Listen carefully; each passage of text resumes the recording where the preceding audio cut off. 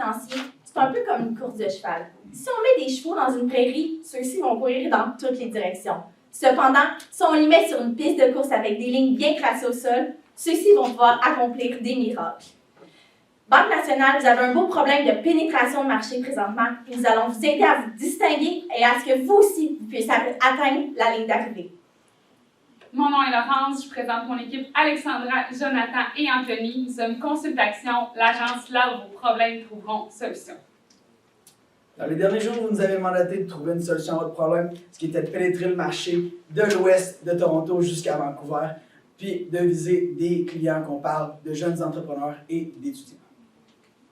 Au niveau du plan maintenant d'analyse, on va s'adapter au masse. Donc, on va commencer avec une analyse, on va y aller avec notre stratégie, avec différentes tactiques, notre mise en œuvre et finalement, on va conclure. Pour ne pas trop gaspiller de temps, on ne va pas prendre un gros temps pour faire du FFOM, on va faire un petit round-up des enjeux. C'est bon ça? Donc, le premier enjeu, Banque nationale, une communauté assez vieillissante, mais on veut rajeunir pour rester compétitif. Deuxième enjeu qu'on est allé chercher, il y a un potentiel de pénétration de marché plus dans l'Ouest canadien, mais on sait que la concurrence est forte, qu'on a le Big Five qui est présent. Troisième enjeu qu'on est allé ressortir, les tarifs financiers sont de plus en plus compétitifs, concurrentiels. Donc, on commence à essayer de trouver de nouvelles façons de sortir du lot en tant qu'institution financière. Et quatrième enjeu, bien, depuis le début de la pandémie, c'est tout le temps la même question. Là. Il y a beaucoup de changements qui s'est fait, autant avec les clients qu'avec la façon dont on agit. Donc, on veut aussi considérer ça dans notre planification. Au niveau du personnel, on a établi 2 personnes clés pour nous. Première personne, c'est Brian. Je vous le présente. 20 ans, Brian est un étudiant à l'Université de Calgary. Brian étudie au baccalauréat en finance. Il travaille dans le domaine des télécommunications et il est impliqué dans son association étudiante. Deuxième personne, vous voyez, c'est Kelly, issue d'une minorité visible, immigrante de 2e génération. Kelly a 27 ans, elle a gradué de Telfair il y a quelques années. Elle travaille maintenant dans le district financier de Toronto. Elle aime pouvoir gérer ses propres finances et elle est à la recherche d'une banque à son image. Ayant fait un petit tour de l'analyse, on part sur le plan d'action jeunesse offert par Consultation. Les 3 tactiques, approcher, récompenser, redonner. On part. Donc, en effet, on part tout d'abord avec l'approche. On veut approcher. Vous avez dit qu'il fallait aller chercher autant des jeunes professionnels que des étudiants. Pourquoi pas aller chercher à la source ces gens-là? Avant d'être des professionnels, ils vont être des étudiants. Donc, c'est pour ça qu'on vous présente, en fait, Banque nationale infinie. C'est quoi ça, en fait? On voit des petites images, un local, des salles, c'est beau tout ça, mais c'est quoi? On va pouvoir le montrer plus en détail. Donc, ça va être un local directement dans l'université. C'est quoi qu'il y a dans ce local d'université-là? Tout d'abord, il va y avoir des salles de travail collaboratives. Ça va être un petit local très bien espacé. Il va y avoir aussi des espaces privés de locaux de travail. Puis, il va y avoir des locaux pour nos conseillers financiers. Donc, ce qui est important de comprendre, c'est pas un endroit qui est transactionnel. C'est vraiment, Banque nationale, c'est un espace de travail et de conseil financier conçu exclusivement pour les étudiants. Comment on va aller les chercher maintenant, ces gens-là, plus précisément? En fait, lorsque vous allez être installé, on va envoyer un courriel qui est personnalisé aux étudiants pour leur dire « Hey, on est au premier étage, viens nous voir, on a peut-être des solutions avantageuses pour toi. » Puis sinon, tu peux juste venir étudier aussi avec nous sans problème. Donc, il va y avoir également l'utilisation d'un code QR. Donc, lorsqu'on va arriver sur place, le code QR va servir à 2 choses. La première, on va pouvoir directement réserver un rendez-vous avec un conseiller financier sans le désir. Puis, ce code QR-là aussi va nous permettre de louer un espace de travail privé, si on veut, avec nos équipes. Finalement, il va y avoir le tableau interactif auquel on va pouvoir prendre des prises de rendez-vous. Donc, on peut voir un exemple ici, là, donc directement là, au local qu'on peut prendre rendez-vous aussi. Donc, où est-ce qu'on veut développer ces tactiques-là?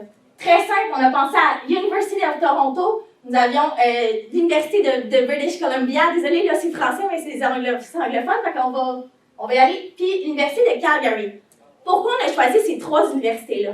Dans le mandat, vous nous aviez mentionné qu'il y avait certains programmes d'études pour lesquels Banque nationale était vraiment avantageux. Donc, c'est pour cette raison-là qu'on s'est assuré que ces programmes-là, vous nous aviez parlé de finance, du domaine de la santé, d'architecture, de génie, bien, c'est tous des endroits, en fait, c'est des programmes qui vont être disponibles dans ces universités-là. Quand je vous ai parlé tout à l'heure d'un envoi de courriel personnalisé, bien, vous allez pouvoir dire « Je sais que tu es étudiant en génie, mais on a peut-être des solutions avantageuses pour toi. Viens nous rencontrer, on va en discuter davantage. » Plein de solutions comme ça. Parlant jeunesse, maintenant c'est le temps de récompenser. Au niveau des récompenses, on vient de parler qu'on veut attirer les jeunes, puis comment les attirer, il n'y a pas meilleur moyen que c'est par l'argent. On ne se le cachera pas, les études, ça coûte cher, puis voici notre plan pour attirer encore plus d'étudiants. Premièrement, on veut viser l'excellence académique. Pourquoi? Parce que c'est les futurs professionnels de demain. Il y a une étude qui révèle que l'excellence académique montre la motivation et l'engagement chez les jeunes étudiants. On voit que c'est des gens qui sont prêts à réussir, qui travaillent fort, puis qui vont sortir de l'université avec une tête sur les épaules. C'est pourquoi on vous propose de travailler avec ces gens-là. Deuxièmement, l'implication. On voit que 80% des employeurs disent que les étudiants de programme coop ou les étudiants impliqués au niveau scolaire sont un atout pour leurs entreprises. Pourquoi? C'est simple, c'est parce que c'est des gens qui balancent travail, études, ainsi que les implications. C'est des grosses tâches, c'est beaucoup de temps, mais ils sont capables de travailler et de réussir malgré tout. Finalement, vous avez parlé des jeunes entrepreneurs. Pourquoi? C'est simple. Un milléniaux sur 5 aujourd'hui décide de passer par-dessus le monde corpo pour assurer de créer sa propre entreprise pour démarrer son entrepreneurship. Voici nos chiffres. On parle d'un 500 000 $ investi sur 250 bourses différentes. On va aller chercher un 2 000 $ par bourse pour donner un soutien financier aux étudiants. Ça, ce qu'on va établir, ça, c'est annuellement. Puis, on ne va pas donner ça à des étudiants, n'importe qui, on va donner ça à vos clients ou à vos futurs clients. Lors du questionnaire qu'ils vont devoir remplir, on va leur donner un espace pour qu'ils rentrent leur numéro de compte. Comme ça, vous allez vous assurer que ce soit vos propres clients, que ce soit les personnes qui vont travailler avec vous. Au niveau des entrepreneurs, on grossit un peu les chiffres. Pourquoi? Parce que ça coûte de l'argent, on sait tous, de démarrer une entreprise. On va donner 20 000 $ à 10 entrepreneurs que vous allez avoir choisis avec leur projet, avec un plan. Ça donne un total de 200 000 $. Puis encore une fois, ces entrepreneurs-là, on va leur demander de fournir un numéro de compte. Pourquoi? Pour s'assurer qu'ils travaillent avec vous. Donc, la dernière stratégie, mais non la moindre, c'est de redonner. Ce qui est important de savoir, c'est que votre devise, la Banque nationale, c'est d'avoir un impact positif dans la vie des gens. Également, votre clientèle, qu'est-ce qu'elle cherche? Elle cherche une entreprise qui est authentique et qui va avoir un impact dans sa communauté. C'est pourquoi on vous présente les espaces BN. Donc, rapidement, à quoi ça ressemble? C'est un espace extérieur, dans le fond, qui va avoir plusieurs aménagements avec des tables à pique-nique, des divans, des chaises. On va essayer de mettre ça vraiment à vos couleurs. Donc, dans le rouge, également, on peut voir votre logo sur le container là, qui va être sur les lieux. Ensuite, dans le fond, plus en détail, qu'est-ce que c'est? C'est une aire commune qui va être pour les jeunes professionnels et les jeunes étudiants. Je vous reviens avec les lieux. Je sais que c'est peut-être mélangeant, je vous reviens où est-ce qu'on va s'implanter dans quelques instants. Ça va être un espace qui va être super serein, très propre et calme, justement, pour que les jeunes puissent aller travailler, puissent aller faire leurs études avec leurs amis dans un endroit qui va être propice à un bon travail, disons-le comme ça. Également, il va vraiment avec le développement durable dans cette stratégie-là, donc tout ce qui est la construction et l'aménagement du lieu. On va y aller avec des produits qui sont recyclés le plus possible. Donc, par exemple, les tables à pique-nique, on va prendre du bois qui va être recyclé. Également, les vieux containers qu'on va les prendre en les peinturant et les remettant à votre image. On veut également amener un petit côté vert, un petit pouce vert à la place. C'est pourquoi il va y avoir un compostage qui va être sur les lieux. Ensuite, il va y avoir aussi des food trucks qui vont être là pour que les gens puissent aller prendre leur dîner entre collègues de travail ou simplement le soir d'aller prendre une petite bouchée. Il va y avoir aussi un code QR lorsque les gens vont arriver sur la place, sur l'espace BN. Ils vont pouvoir scanner ce code-là afin d'avoir accès au Wi-Fi et ainsi là, bien effectuer leurs travaux. Sans Wi-Fi, ça ne va pas très bien. On n'a pas de grandes bandes de LTE. Donc, ça ressemble à ça au niveau de ça. Maintenant, où est-ce qu'on s'installe? On va parler premièrement de Toronto Financial District. On se rappelle Kelly qui travaille en plus dans ce secteur-là. Ce qui est super important là-bas, c'est qu'il y a 100 000 personnes qui passent par jour et c'est considéré comme le cœur de l'industrie financière. Donc, c'est un endroit qui est super propice à s'implanter. Également, même chose pour le Calgary Financial District, où est-ce que Brian étudie en ce moment à l'université. Ça va être en fait aussi le deuxième plus grand centre de sièges sociaux au Canada. Donc, c'est encore parfait pour cette solution-là. Et finalement, le Vancouver Financial District, qui contient plus de 60% des bureaux en fait, là, de Vancouver. Donc, ces trois endroits-là, c'est super important parce que ça va réunir autant les jeunes entrepreneurs qui vont travailler dans le Financial District que les jeunes étudiants avec les universités à proximité. Pour ce qui est des mesures de contrôle, bien sûr, avec des tactiques, il faut comprendre comment on va arriver à notre but, comment on va comprendre qu'on est arrivé là. Donc, je vous fais un petit récap. Déjà, premièrement, le contrôle de la Banque nationale Infini. On a tout ce qui est rendez-vous pris, ce qui est des courriels qui sont envoyés pour essayer d'avoir des rendez-vous avec les jeunes, faire qu'ils sont présents, en fait. Et c'est honnêtement vraiment juste par rapport au nombre de personnes qui vont passer aussi dans la Banque nationale illimitée. Pour ce qui est des bourses nationales, bien sûr, le nombre de bourses qui vont avoir été données, autant pour ceux qui sont des clients actuels que des nouveaux clients. On veut voir le taux de conversion aussi qui va aller avec ça, bien sûr. Pour ce qui est du contrôle de l'espace BN, on a le code QR que je vous rappellerai dans 2-3 secondes, mais aussi le taux de conversion, bien sûr, parce que le monde va aller là, vont sentir un ordre de paix, vont se sentir en confiance avec la Banque nationale, vont vouloir changer, vont vouloir se déplacer. On vient au code QR. C'est sûr que c'est facile après ça de voir, regarde, telle personne est entrée, telle personne s'est créé un compte, il a utilisé le code QR. Pour vous aussi, c'est une mine d'or. C'est une analyse de données facile. C'est des données qui rentrent directement dans votre banque de données. Là, vous arrivez, vous avez une bonne idée du type de client que vous avez à la Banque nationale. Donc, le code QR est aussi une bonne façon de faire une mesure de contrôle, mais aussi d'aller chercher des données qui pourraient être une nouvelle mine d'or pour vous et non juste on donne à notre client. Les recommandations, bien sûr, vous avez parlé de possiblement regarder à essayer de faire que ça fonctionne au Québec. Donc, voici un peu comment on va ramener ça. Bien sûr, c'est assez facile de le faire, étant donné que c'est toutes les techniques qui vont fonctionner au Québec aussi. Banque nationale illimitée, bien sûr, on parle du réseau des universités québécoises, donc essayer d'avoir un contact avec eux, faire en sorte que vous soyez présents sur les campus. Pour ce qui est de l'espace BN, bien sûr, on avait pensé à des endroits qui seraient intéressants au Québec, donc le quartier des spectacles ou les terrasses Château-Frontenac, qui pourraient être assez intéressants, c'est nos grosses villes. Pour ce qui est des bourses nationales, je veux dire, c'est ça, c'est les bourses nationales. On va faire le même principe au Québec, encore là, dans le but d'aller chercher des nouveaux clients, mais aussi d'attirer les clients qu'on a présentement.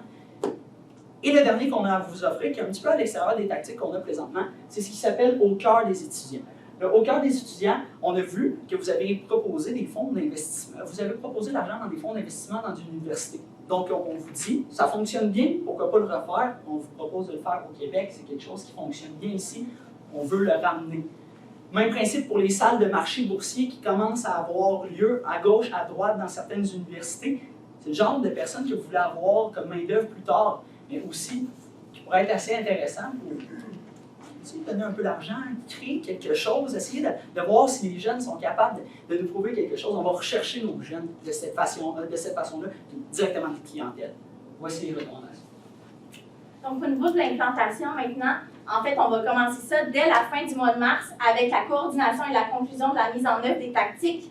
On va y aller avec un début d'avril avec compléter les multiples ententes, en fait, pour vraiment pouvoir faire l'aménagement des secteurs BN. Quand je parle de secteur BN, je ne parle pas nécessairement juste des endroits là, verts avec les containers et tout, mais également des espaces là, Banque nationale Infini dans les universités. Comme Alexandra a mentionné, l'espace BN, c'est pas tout, on parle de l'espace BN Infini et l'espace BN dans les universités. On va commencer à les aménager au même moment, puis ensuite de ça, à l'arrivée, on va déterminer les bourses, comment on va les distribuer, puis ensuite de ça, on va débuter les applications. Par la suite, au niveau du début juillet, en fait, là, on va vraiment pouvoir faire l'ouverture de tous les secteurs. Donc, on veut que tout soit prêt en même temps pour vraiment avoir un effet de masse. C'est bien beau tout ça, mais comment ça coûte? On veut toujours savoir. Tout d'abord, la Banque nationale Infini, avec dans le fond les locations dans les universités ainsi que les aménagements des locaux, on a évalué pour les 3 endroits stratégiques 180 000 $. Ensuite, on a les bourses nationales, on vous a présenté les coûts, les prix tantôt qu'on avait donnés, donc c'est un total de 700 000 $. Et finalement, on a les espaces BN, donc aux 3 endroits encore, avec la location et aménagement là, du terrain, ça fait un 360 000 $ par année. Pour un total là, de 1 240 000 $. Si vous avez d'autres questions par rapport à ça, je pourrais vous répondre, il n'y a pas de problème. En bref, on revient, on essaie de faire ça pour que ça soit le plus clair possible. Nos cibles, Kelly, Brian, les professionnels, les jeunes professionnels, les jeunes étudiants, on a une clientèle vieillissante, important notre concurrence, on a ces enjeux-là, on travaille là-dessus. Pour l'image, on vous devenez une banque de confiance, une banque qui travaille avec ses clients. On termine les solutions, donc apporter, récompenser puis redonner. Nous avons proposé des tactiques qui ont sorti le monde des affaires, le monde des finances, qui ont réinventé le monde des finances. Maintenant, c'est à vous de miser sur le cheval consultation. Merci beaucoup. Merci beaucoup. Donc, sur ce 15 minutes très précis, on va débuter la période de questions de 5 minutes à partir du moment où le premier juge va commencer à poser sa question. Parfait. Là, vas-y. J'avais ma question, qui me dans la tête, c'est dans une université ou dans un des sites, qui fait de la compétition ou de l'imitation par rapport à l'accès qu'on a, certaines universités, on les disait avec d'autres banques, ou dernièrement, il y a de la difficulté à peut-être avoir une institution financière à l'intérieur de la banque. Comment est-ce qu'on pourrait mitiger là, cet enjeu-là? Ben, en fait, je pense que c'est sûr qu'on vous a présenté des endroits assez précis. Tu sais, j'ai sorti des endroits là, qui avaient, mettons, des programmes d'études assez précis pour que ça fonctionne avec vous. Mais évidemment, c'est sûr qu'il va y avoir une analyse de marché à faire, à voir s'ils sont avec d'autres institutions, si c'est des possibilités. Donc, je pense que justement, il va y avoir certaines recherches à faire si c'est possible. Je pense que le marché est encore présent puis possible, en fait, parce qu'on voit que les étudiants ils ont besoin de banques. Moi, personnellement, j'ai été à la banque de mes parents parce qu'on ne m'a jamais nécessairement donné de conseils. Puis, d'avoir ça, je pense que c'est une opportunité qui serait intéressante. Fait que c'est sûr qu'au niveau de la recherche et développement, il y aurait quelque chose à faire pour s'assurer de pouvoir être dans des endroits logiques et possibles. Est-ce que votre budget inclut le loyer et le coût des installations? Oui, exactement. Mais je peux vous l'expliquer plus en détail. Par exemple, là, aux espaces BN, la location du terrain public, c'est pour un seul endroit. C'est à peu près un 70 000 par année là, quand j'ai fait mes recherches. Ensuite, on a l'aménagement qu'on a évalué à environ 50 000 Fait que c'est 120 000 par espace. Donc, ça fait un grand total de 360 000 pour les 3 espaces. Ensuite, pour la Banque nationale infinie, c'est un 50 000 pour la location du local à l'université. Puis les coûts d'aménagement sont vraiment plus bas étant donné que c'est vraiment plus petit. On n'a pas besoin d'acheter des tables à pique-nique. Tous les gros containers, c'est seulement des tables, des tabourets, etc. Puis ça fait un total de 60 000 par espace, donc un grand total de 180 000.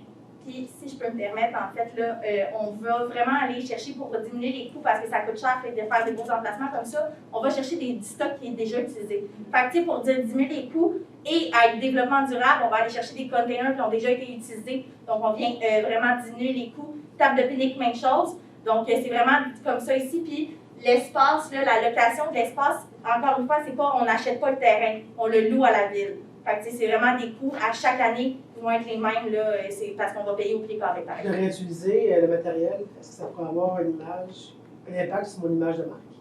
De réutiliser des matériels, ben, en fait, on va les remettre à votre image, ça c'est sûr et certain. Là, comme D'avoir d'usager pour une banque. Bien, le usager va faire en sorte qu'on vient chercher un côté développement durable. Ça peut attirer une autre clientèle aussi. Je vais être honnête avec vous, ça peut être un aspect urbain, un peu plus rustique aussi. On va aller chercher du métal, du bois, des couleurs. Votre couleur c'est rouge, on veut racheter de la verdure, le contraste. Ça va aller chercher un bel ensemble, puis je pense que ça va faire un beau. Tu l'as bien récupéré. Je l'attendais mon tour.